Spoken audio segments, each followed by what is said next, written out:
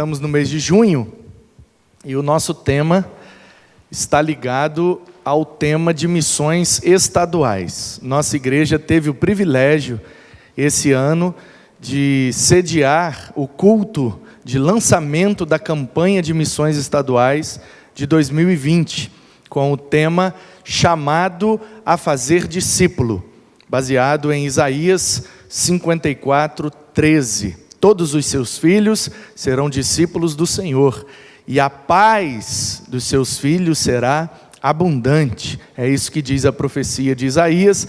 Nós já pregamos nesse texto na quinta-feira passada, está aí no nosso Facebook, no nosso canal do YouTube, e depois de abrirmos a nossa série de mensagens com esse tema na quinta-feira, a Junta de Missões Estaduais da Convenção Batista do Estado do Espírito Santo esteve aqui em nossa igreja e foi um grande privilégio para nós, uma grande honra para a nossa igreja servir a nossa denominação com toda a nossa estrutura, para que daqui fosse transmitido o culto de lançamento da campanha de missões estaduais. E foi uma bênção. O pastor Fábio Daniel, o nosso coordenador de missões estaduais aqui no Espírito Santo, nos conduziu numa programação muito boa.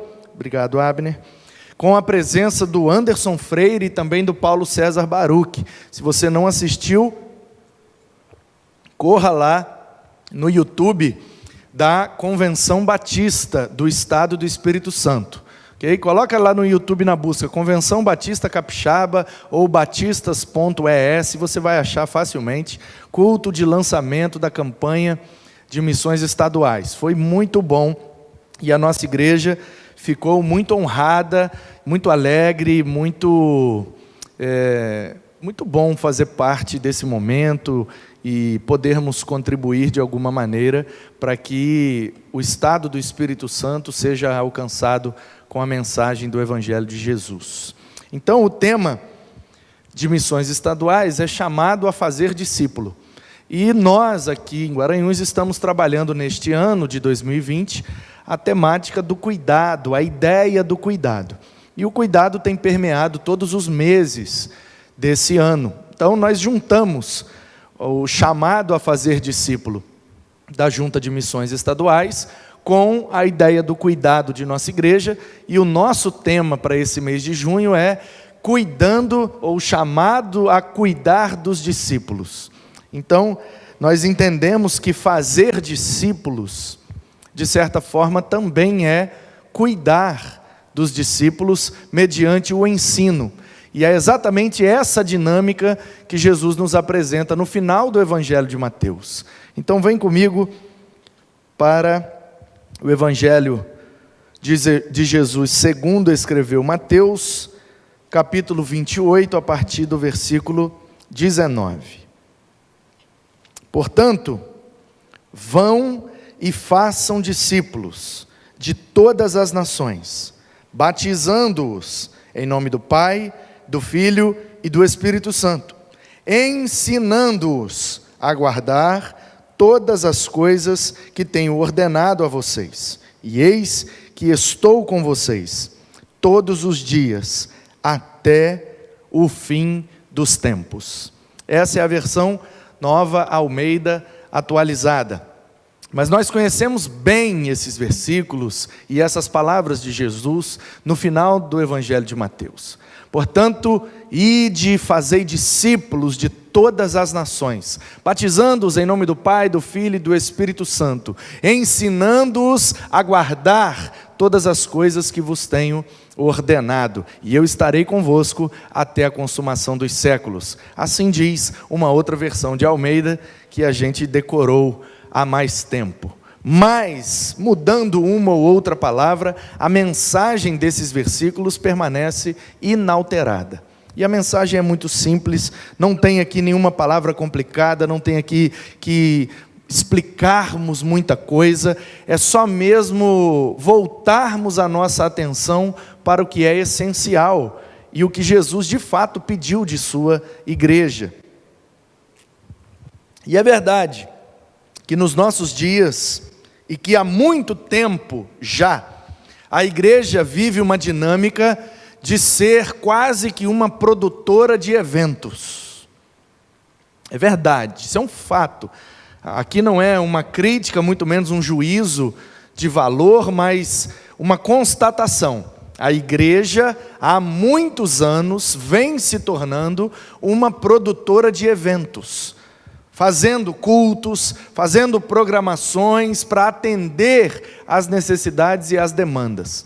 E aí a igreja se tornou essa produtora de eventos, que faz um evento para suprir a necessidade das crianças, que faz um evento para suprir a necessidade dos casais, que faz um evento para suprir a necessidade da juventude, que faz um evento semanal para suprir a necessidade religiosa do povo de ir a um lugar para se sentir em contato com uma divindade. E a igreja vem produzindo eventos, criando cargos, líder disso, líder daquilo, ministro disso, ministro daquilo. Mas o fato é que Jesus nunca pediu isso da igreja. Nunca pediu. Eu não estou dizendo que fazer tudo isso está errado. Não é isso que eu estou dizendo. É ótimo, é maravilhoso, é muito bom fazermos. E eu gosto de participar, gosto de fazer, já fiz muito evento. E vou continuar fazendo até morrer. Mas o fato é que Jesus nunca nos pediu para fazer eventos. Nunca nos pediu para criar departamentos. Nunca nos pediu para inventarmos ministérios para servir às demandas da sua igreja. Nunca pediu. Eu não estou dizendo que está errado fazer. O que eu estou dizendo é que Jesus nunca pediu. Agora, o que Ele pediu, às vezes a igreja está deixando de lado. O que Ele pediu, o que Ele ordenou, a igreja está deixando, às vezes, de cumprir. O que Ele de fato nos mandou fazer, às vezes fica em segundo plano.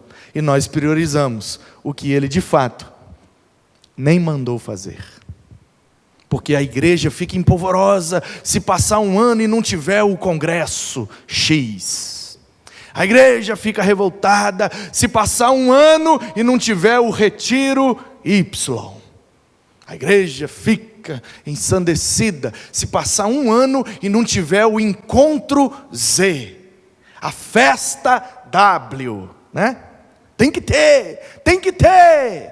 Mas se passar um ano sem batizar pessoas, se passar um ano sem produzir conhecimento bíblico e maturidade espiritual, a igreja não cobra isso, a igreja não liga, não fica. Se não tiver o retiro, revolta. Se não tiver o congresso, misericórdia. Se não tiver a festa, se não tiver o encontro, essa igreja não está sendo boa mais. Mas se ficar um ano sem batizar ninguém, quase ninguém nem lembra disso. Engraçado, né? Curioso, né? A gente dá tanta importância para aquilo que Jesus nunca pediu. Me mostre na Bíblia onde Jesus pediu para fazermos retiros. Me mostre na Bíblia onde Jesus pediu para fazermos encontros, congressos, ou até mesmo cultos semanais reunidos no mesmo lugar. Me mostre na Bíblia onde está esse mandamento de Jesus. Não tem. Eu estou dizendo que está tudo isso errado? Não é o que eu estou dizendo. Está tudo certo e é uma bênção. E eu estou aqui há 21 anos. Há 21 anos, domingo após domingo, eu estou num espaço em comunhão com os meus irmãos, e isso é uma bênção. O que eu estou dizendo não é que está errado. O que eu estou dizendo é que às vezes a importância que nós damos a algumas coisas está equivocada, está invertida. Nós priorizamos o que Jesus tratou como secundário e deixamos em segundo plano aquilo que Jesus priorizou. Eu nunca vi, se você que me ouve já ficou sabendo, coloque aí nos comentários, tanto do Facebook quanto do YouTube, para eu ver. Me manda uma mensagem, entre em contato comigo. Eu preciso dessas ilustrações, eu preciso desses números, preciso dessas estatísticas para compreender melhor o movimento de Deus na sua igreja. Mas eu nunca fiquei sabendo de um pastor que foi cobrado pela igreja e que a igreja queria colocá-lo para fora porque ele ficou 1 ano sem batizar ninguém. Vocês já ouviram falar disso? Vocês presentes aqui, ainda que poucos, já ouviram falar de um pastor que estava sendo ameaçado de ser mandado embora da igreja porque ele ficou 1 ano sem batizar ninguém? Alguém já viu isso? Nunca ouvi falar. Agora, se ele ficar 1 ano sem fazer um culto decente, sem fazer um evento legal, sem ter um congresso, uma festa, um encontro, um retiro, o povo fica doido. Porque não pode. Não pode. 1 ano e não teve nenhum culto jovem, nenhum culto de criança, nenhum congresso, nenhum encontro de casais, nada. Meu Deus, misericórdia. Aí o povo fica doido, né? A que ponto nós chegamos, irmãos? Olha o ponto que nós chegamos. As coisas que Jesus nunca nos pediu para fazer, nós priorizamos e brigamos, e quantas confusões e despesas nós tivemos ao longo de décadas por causa desse turbilhão de eventos que a igreja vem fazendo. Quanta despesa, com papel que foi jogado fora, com EVA que foi jogado no lixo, com tinta que depois virou água no ralo. E nós gastamos dinheiro, e nós ornamentamos, e nós compramos bolas, e balões, depois a gente arranca aquilo tudo, amassa e joga no lixo. E Jesus nunca pediu para fazer nada disso. Aí alguém pode dizer agora: mas pastor, será que os eventos, será que os encontros, será que os congressos e os cultos não são uma ferramenta, uma metodologia para fazer discípulos? Sim, sim. Não só podem, como devem. E esse é o X da questão que eu trago na introdução dessa mensagem. Se tudo que a igreja produz, em termos de eventos, encontros, reuniões e até mesmo cultos públicos, se não é com o objetivo bem claro de fazer discípulos, não serviu para muita coisa. Algumas coisas servem para comunhão, para amizade, para relacionamentos, perfeito. Mas para fazer discípulos, nem sempre. Então o que eu trago aqui é a importância da igreja voltar à sua consciência de que a sua agenda está definida pelo seu dono. Sabe quando um dono de uma empresa passa uma ordem de serviço para os seus funcionários? Nas indústrias aí, nas empresas maiores, OS, ordem de serviço. O funcionário chega na empresa e ele tem um líder, que tem outro líder, que tem outro líder, que tem como líder ou o dono da empresa, ou o presidente, dependendo da forma como essa empresa é organizada. Pode ser uma SA, pode ser uma limitada, pode ser, enfim. Mas independente, todos nós que já trabalhamos ou que trabalhamos como funcionários de alguém, a gente chega na empresa e temos alguém acima de nós como líder que vai nos dar qual é a ordem de serviço daquele dia. Amanhã, quando eu chegar aqui 7 horas da manhã para ajudar o Natan é meu líder. Eu sei que em termos espirituais eu sou o pastor dele, mas em termos patrimoniais ele é meu líder. Não é, Cristiano? Eu não entendo nada de obra. Ele está ali para liderar essa parte. Eu vou vir não como pastor da igreja, eu vou vir como um membro da igreja que quer cooperar com a obra do muro. E eu vou chegar aqui e eu não tenho que dizer para o Natan o que eu quero fazer. Como liderado, eu vou chegar e vou falar: bom dia, Natan, tudo bem? Cadê o cafezinho docinho aí? Me dá um gole. Vou tomar um golinho do cafezinho docinho do Natan, vou virar para ele e vou falar: e aí, Natan? O que é que nós vamos fazer? Manda que eu obedeço. Aí ele vai falar: pastor, tem que pegar aquela areia lá. Eu vou pegar a areia. Se ele falar: tem que pegar aquela pedra lá. Eu vou pegar a pedra. Se ele falar: tem que pegar aquelas madeiras lá. Eu vou pegar. O que ele mandar, eu vou fazer. Então, nós temos, de forma muito clara e muito tranquila, a compreensão de que quando nós trabalhamos para alguém, a gente se submete ao desejo desse alguém, que é nosso líder, nosso chefe, nosso patrão, chame como quiser.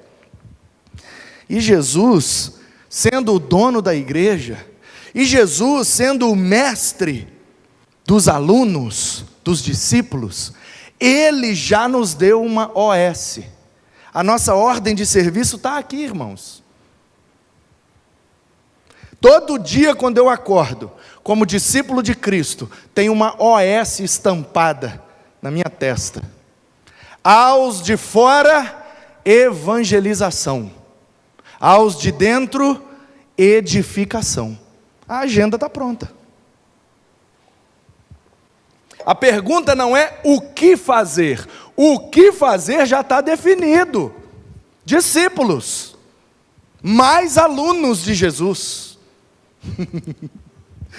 O que fazer já está definido, gente. É discípulos. Cada vez mais maduros, cada vez mais profundos, cada vez mais amplos na compreensão e na prática dos princípios bíblicos. O que fazer já está definido. A pergunta é: como fazer? Então aí nesse como fazer podem entrar os eventos, mas só os eventos não cumprem o papel pleno de fazer discípulos. Porque para fazer discípulos nós precisamos de algo mais. E é exatamente esse algo mais que talvez está faltando para que a igreja se torne mais eficaz na tarefa, na missão de fazer discípulos e cuidar deles, porque já está definido aqui. Note bem o que diz o texto. Portanto, que é aqui uma conjunção que dá a ideia de que está caminhando para uma conclusão. Blá, blá, blá, blá, blá, blá, blá, blá, blá, portanto, ou seja, o que eu quis dizer de fato é isto. Ou seja, se não tiver o que eu vou dizer depois do portanto, tudo que eu falei antes vai ser em vão. Então Jesus nasceu, Jesus viveu, Jesus ensinou, Jesus fez milagres, Jesus fez um monte de coisa. E no final do Evangelho entra esse portanto. Portanto, o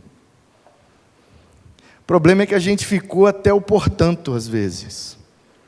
E não passou dele, a gente precisa passar dele. Portanto, ou seja, tudo que você sabe de Bíblia, tudo que você sabe de igreja, tudo que você sabe de Jesus, tudo que você aprendeu, tudo que você desenvolveu da sua espiritualidade, portanto, vá e faça discípulos. Discípulos. O que fizeram com você, faça com o outro. Com outros. E com o máximo possível. Portanto, ide. Portanto, vão. É a ideia de continuidade. Não dá para parar de fazer discípulos. E se nós pararmos, a gente não faz discípulo. Não pode parar no tempo, não pode parar na metodologia, não pode parar na compreensão, porque algo que funcionou semana passada pode não funcionar essa semana mais, porque as coisas estão em constante mudanças. Portanto, ide. Vamos embora. É indo. Aliás, o verbo aqui está no gerúndio, lá no original. Indo. E fazendo, é gerúndio, é para dar a ideia de constância, é hoje e amanhã e depois de amanhã, é sempre, indo e fazendo, de todas as nações. E o que é que a gente faz com eles, Jesus? Joga dentro da água, que eles professem com os seus próprios lábios, que aceitam serem feitos discípulos. Aqueles que professarem com seus lábios, que aceitam e que desejam, joga dentro d'água e mostra para a comunidade: olha, temos alguém que decidiu entrar no time.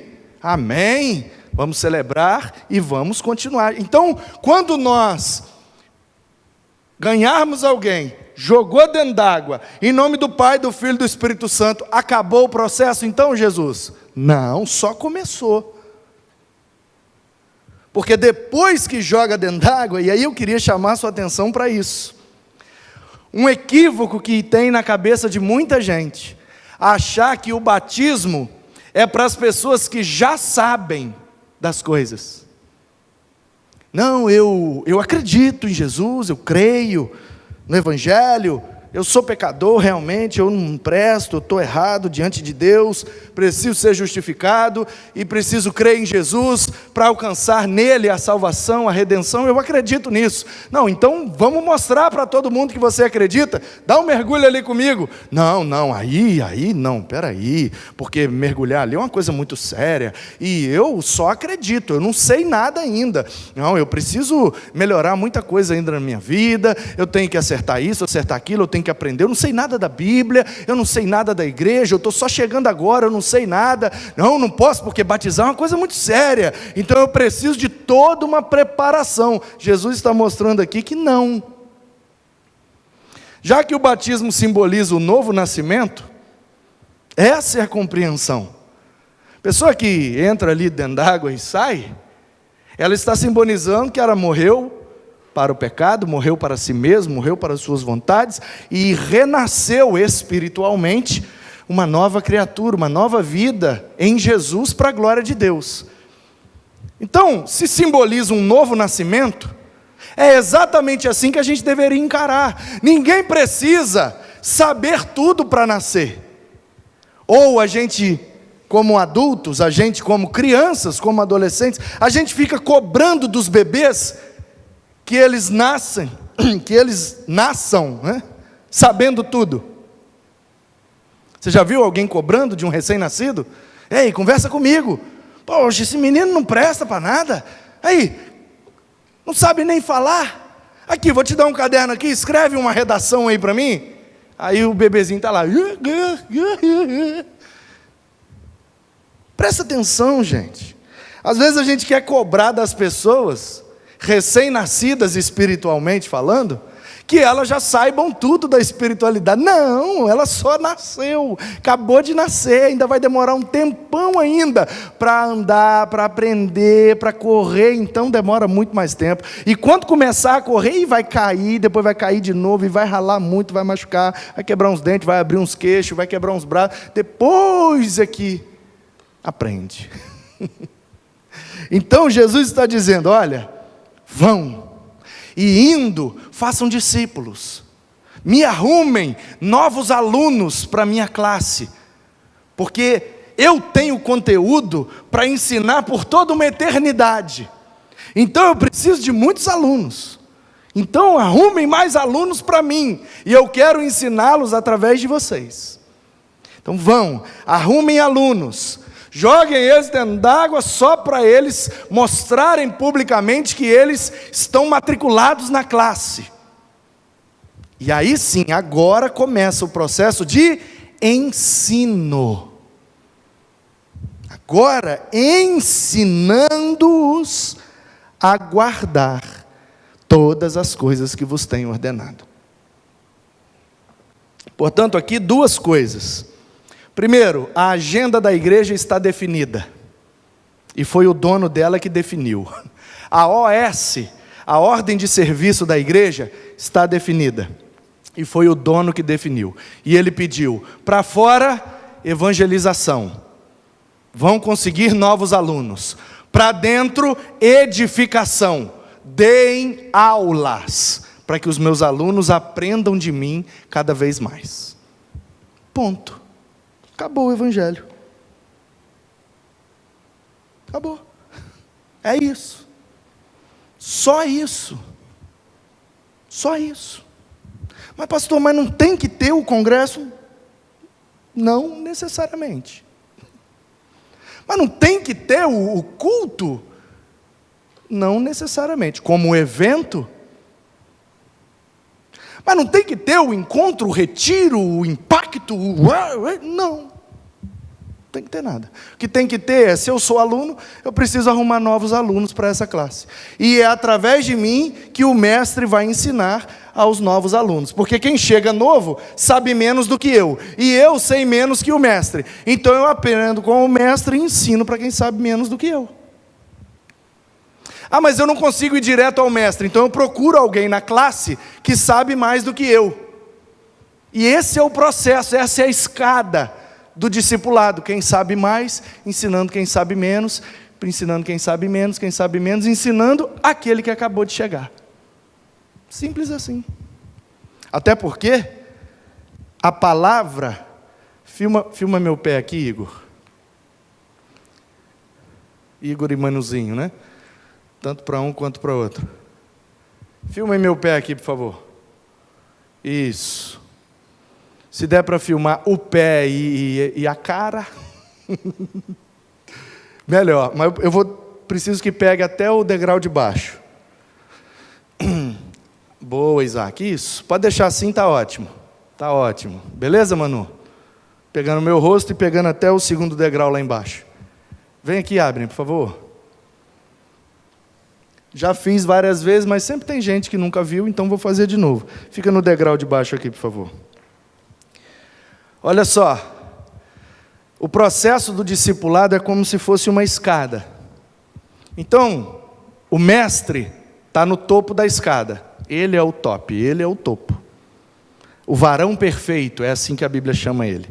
E nós estamos de glória em glória, aprendendo cada vez mais, para um dia chegarmos à sua estatura, ou seja, no degrau em que ele está na eternidade, somente que isso vai acontecer. Mas aqui, enquanto ainda não estamos lá na eternidade, o processo é assim, ó.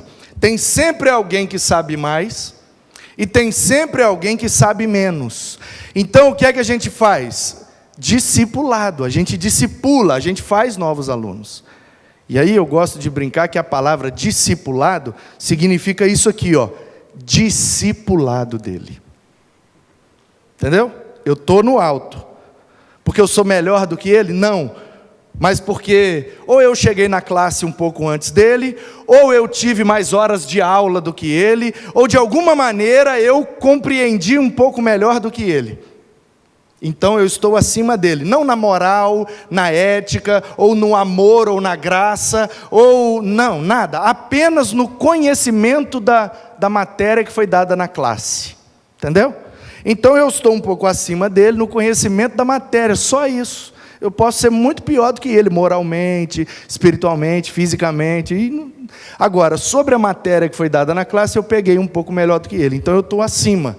E aí eu tenho que tomar a decisão de descer para o lado dele, para que ele possa obter de mim aquilo que ele ainda não pegou. Então eu desci para o lado dele. E aí eu vou passar para ele tudo aquilo que eu peguei aqui no degrau de cima, para que ele um dia, à medida que for sendo discipulado, alcance o mesmo degrau que eu.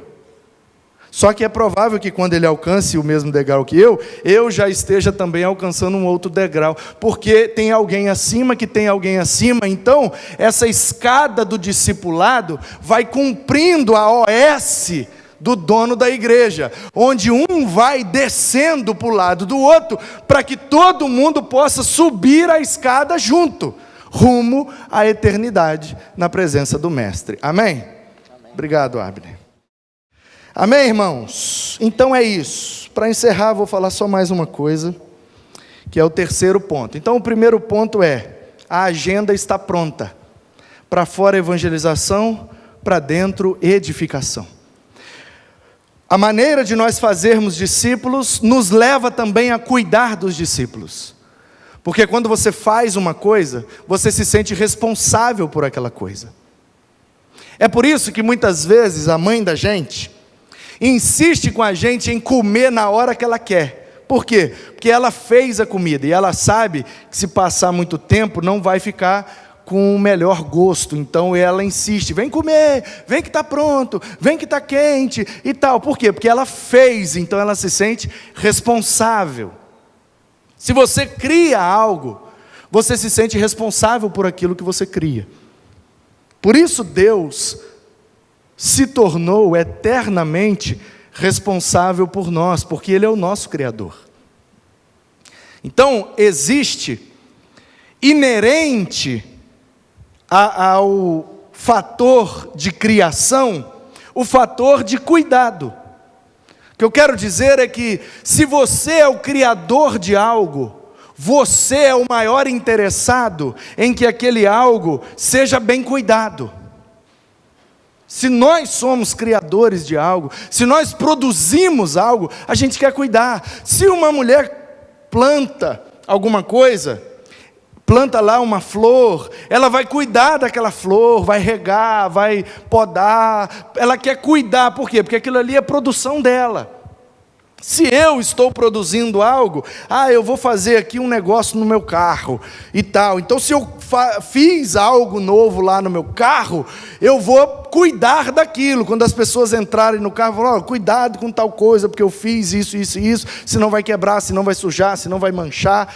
Quando nós participamos do processo de criação, é natural que a gente também se sinta responsável pelo cuidado daquilo. Então é por isso que os pais se sentem responsáveis pelos filhos, porque de alguma maneira eles participaram do processo de criação. É por isso que nós devemos nos sentir responsáveis pelo cuidado dos discípulos que fazemos. Jesus se sente responsável e cuida de nós, e nós deveríamos fazer o mesmo. E ele deixa aqui a receita. Na minha leitura, vão e façam discípulos. Ok, Jesus, já fizemos, e agora? Agora cuidem deles. E como é que a gente cuida? Ensinando-os. Ensinando. Na minha leitura, pode ser que eu esteja enganado, mas eu vou dar as minhas razões. Na minha leitura, na Bíblia, cuidar e ensinar são coisas que andam juntos. Pode reparar, toda vez que você vê na Bíblia a relação de um mestre com um discípulo, de um amigo com outro, de alguém que estava cuidando de outra pessoa, sempre tem na relação do cuidado um pouco de ensino, e sempre tem na relação do ensino um pouco de cuidado. Para mim as coisas é assim que se demonstram. E aí eu vou dar base bíblica, bíblica e inclusive exegética. E aí eu quero te chamar para Efésios 4:11. Se você quiser abrir para conferir, é um favor que você nos faz, sendo bereanos. E já avisar a você que assim que terminar esse culto, eu estarei ao vivo na live da hora nona, no Instagram da Igreja Batista Guaranhuns, com um convidado especial. Hoje estará a missionária Conceição. Ela é missionária de uma agência missionária chamada Portas Abertas. É uma agência missionária que trabalha com a igreja perseguida. Eles fazem missões, principalmente em lugares onde o cristianismo é proibido, onde o crente é perseguido, onde o cristão é muitas vezes morto, só pelo fato de ser cristão. Então, Missões Portas Abertas é uma agência missionária muito respeitada, muito querida por todos nós, e tem feito um trabalho maravilhoso ao longo dos anos e por todo o planeta, em locais de extrema perseguição. Missões Portas Abertas é um trabalho para você seguir, acompanhar, orar, e hoje uma das missionárias dessa agência vai estar comigo nessa live da hora nona. Ela é de São Paulo e vai conversar comigo sobre o trabalho dessa junta, dessa agência missionária, muito importante, recomendo a todos assistirem. Vai ficar salvo lá no IGTV da igreja, entra lá no nosso perfil no Instagram, IB Guaranhuns, vai no IGTV, essa live vai estar lá daqui a alguns minutos. Pois bem, eu dizia que na Bíblia a dinâmica do cuidado está intimamente ligada à dinâmica do ensino e vice-versa. Portanto, na minha leitura, quando Jesus manda fazer discípulos e ensiná-los, Ele também está mandando cuidar deles. Porque eu não consigo dissociar essas duas coisas. Para mim, o cuidado está ligado ao ensino e o ensino está ligado ao cuidado. Nós temos aqui uma pedagoga. A principal tarefa dela é ensinar os meninos. Mas ela se torna também uma cuidadora deles.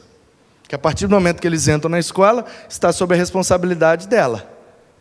O papel dela ali não é cuidadora de crianças. Não é essa a função dela. Ela não é uma babá. Ela não é uma cuidadora. Porém, no processo de ensino, ela acaba cuidando deles. Às vezes até sem querer, mas cuida. Não corre, desce daí, não faz isso, e não sei o quê. Não é? É. Então, queridos, na prática já ficou provado. É você que ama alguém, que se sente responsável pelo ensino, pela educação de alguém, você também se sente responsável pelo cuidado desse alguém. Isso é normal. É normal, mas é bíblico. Efésios capítulo 4, versículo 11.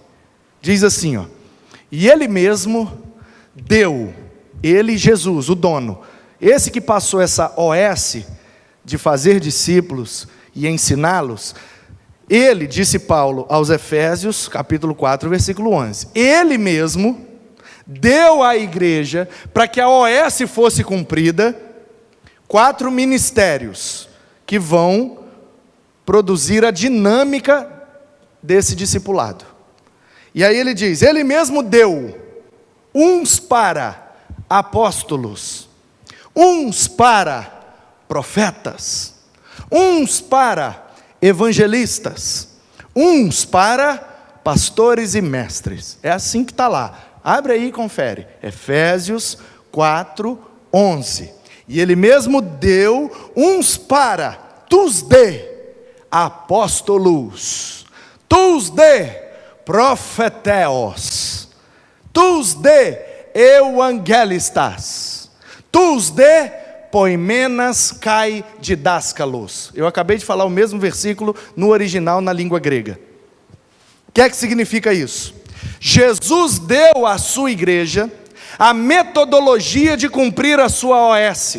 Como é que faz Jesus? Primeiro o apóstolo, que no grego significa enviado. Aquilo que é enviado de um lugar para o outro é apóstolos. Então, aliás, é envio mesmo. Por isso que quando a gente envia uma coisa, a gente fala que postou uma coisa, a gente fez uma postagem. Por isso, no mundo antigo, eles faziam as divulgações das mensagens, das notícias que queriam enviar, colavam nos postes. Por que era poste? Porque poste no grego é envio. Então o apóstolos é aquilo que é enviado. Por isso que Jesus chamou os caras de apóstolos, porque eu vou enviar vocês a todas as nações para fazer discípulos. Então primeiro alguém é enviado para um lugar onde não existe nada, nenhum discípulo, e aí ele começa ali o trabalho, ele vai abrindo o mato, vai aplainando, vai preparando o terreno, ele é enviado para preparar o terreno.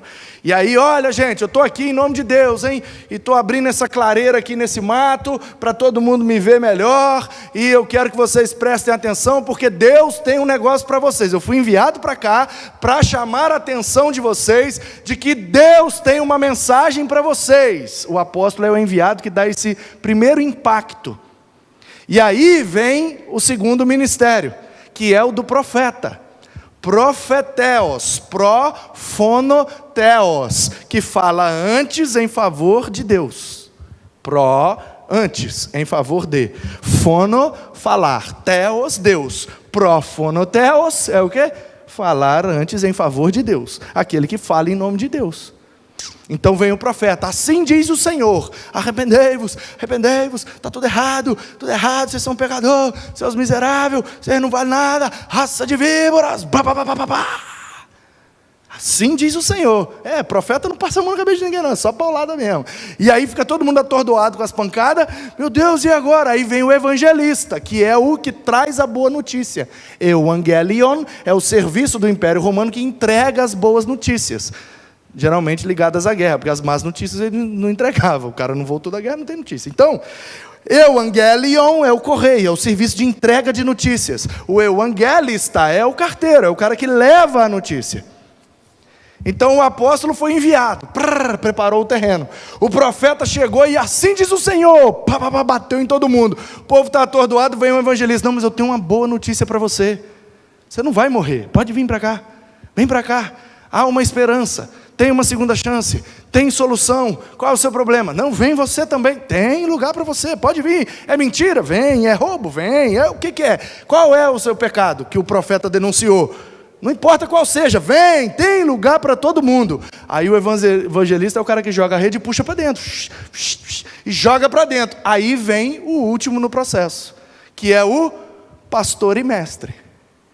Poimenas, cai didáscalos, aquele que cuida e ensina. Mas não são 2 ministérios, pastor? São não. Quem te falou que são 2? Não, porque eu achei que a igreja tinha pastores, que são os caras que são mais dados ao cuidado, sabe? Aqueles pastores que tomam um cafezinho, que vai na casa da gente, que come uma broa, que almoça, come um frango assado, e visita a gente, e abraça a gente, e está junto com a gente. Esse aí é um pastor que cuida.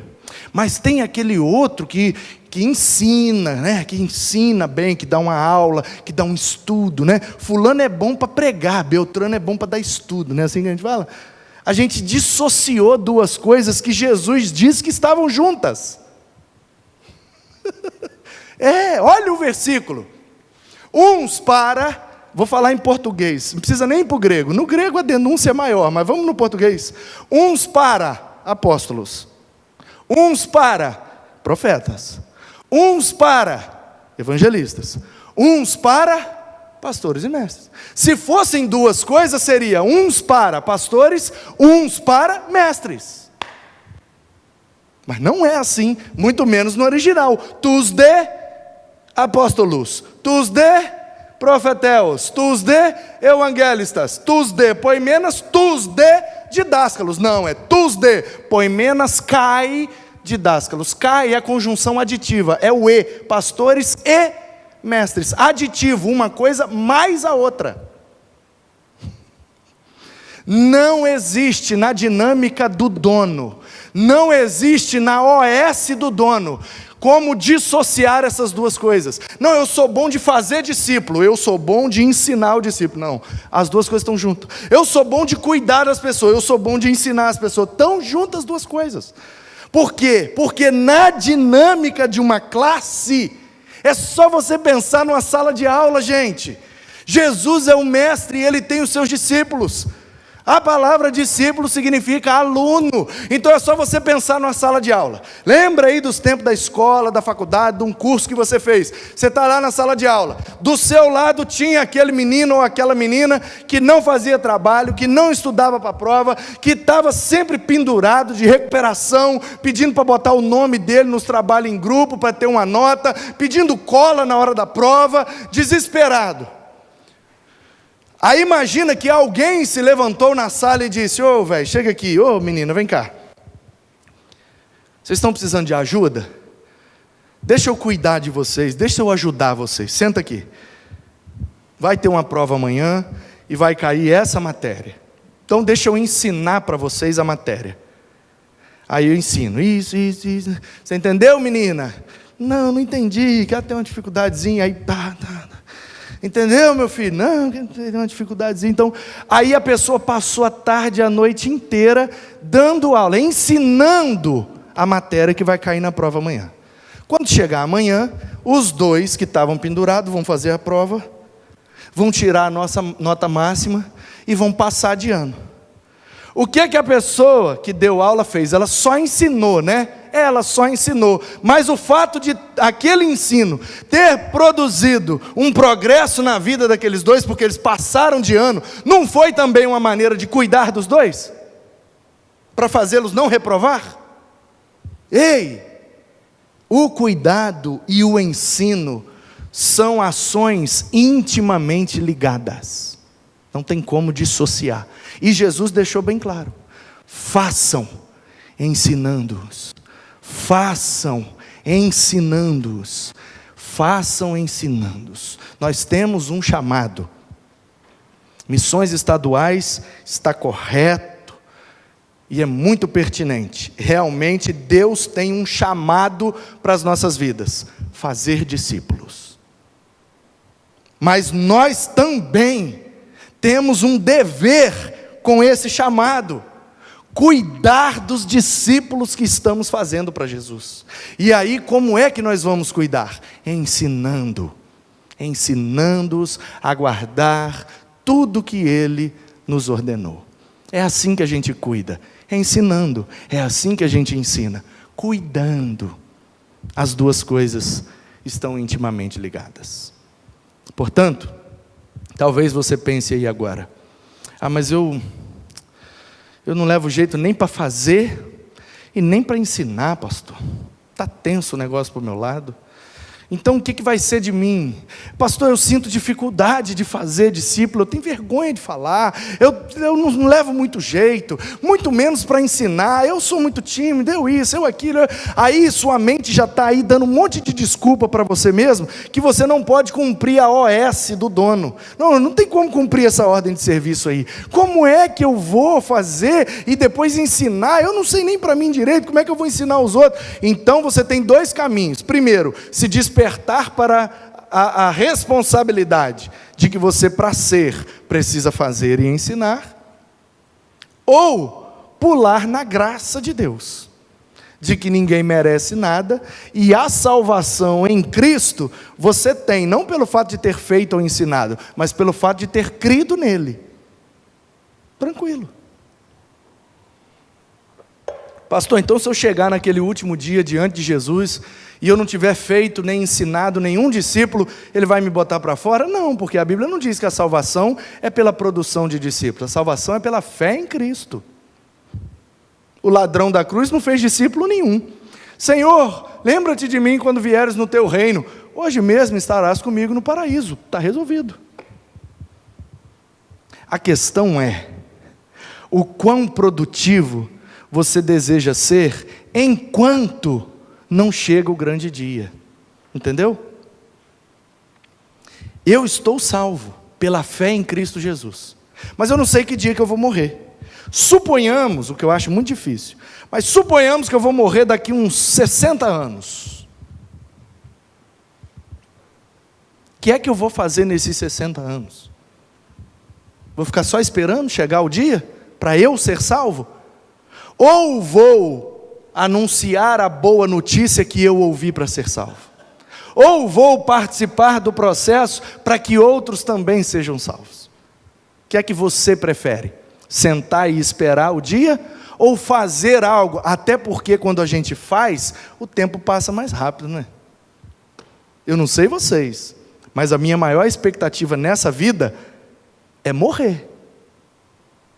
Porque é morrendo que eu vou para a eternidade com Ele. E a minha maior esperança é estar com Ele na eternidade. Aleluia! E como eu não sei o dia, nem a hora, eu preciso ocupar o meu tempo para passar logo, porque eu quero logo ter um encontro com Ele, gente. Porque aqui é só um ensaio, o bom mesmo é lá. Morrer é lucro. Então, para passar mais rápido, para que eu possa cooperar de alguma maneira, eu não vou ficar sentado esperando o dia, eu vou fazer alguma coisa. E nessa de procurar alguma coisa para fazer, o Espírito vai te impelindo, te empurrando para aquilo que Ele tem para fazer através de você. E é aí que a caminhada cristã começa a ser mais prazerosa. Portanto, a agenda está pronta. Para fora, evangelização, para dentro, edificação. Vamos fazer e vamos cuidar, ensinando. Ele prometeu que estará conosco, porque muitos de nós não nos sentimos capazes, e eu sou o primeiro a confessar. Nunca me senti, talvez nunca me sentirei capaz de me colocar como professor na classe desse mestre, que disse assim, segura os alunos aí rapidinho, que eu estou indo ali preparar um lugar para vocês e já volto para buscar a classe inteira. Enquanto eu vou ali e já volto, toma conta da classe aí para mim. Na sua sala tinha aquele aluno ou aquela aluna que a professora confiava, gostava, respeitava, geralmente tinha melhores notas, e ele falava, fulano, toma conta aqui para mim, vigia enquanto a tia vai ali e já volta. Não tem isso?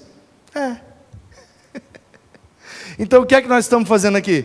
Só tomando conta da classe, porque ele foi ali e já volta para levar todo mundo para o recreio, aleluia.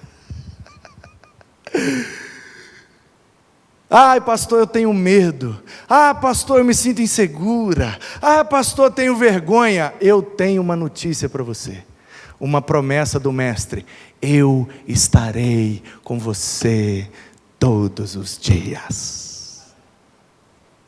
Esse é o grande lance do Evangelho. Quando a tia vai lá na secretaria buscar alguma coisa e pede para o aluno ficar lá, o aluno não tem o auxílio da tia. Por quê? Porque a tia foi, ele está ali por conta própria. Agora, esse mestre, ele não nos deixou sozinhos, ele enviou o seu Espírito, que passou a habitar em nós, e esse Espírito nos capacita a tomar conta da classe, enquanto ele volta para buscar. Entendeu? Se você tem medo, se você se sente inseguro, se você não se sente capaz, bem-vindo ao time. Se levante para ajudar a tomar conta dessa classe, enquanto ele não vem, pois o seu Espírito já habita em nós. Todos os dias Ele está conosco, até o grande dia chegar.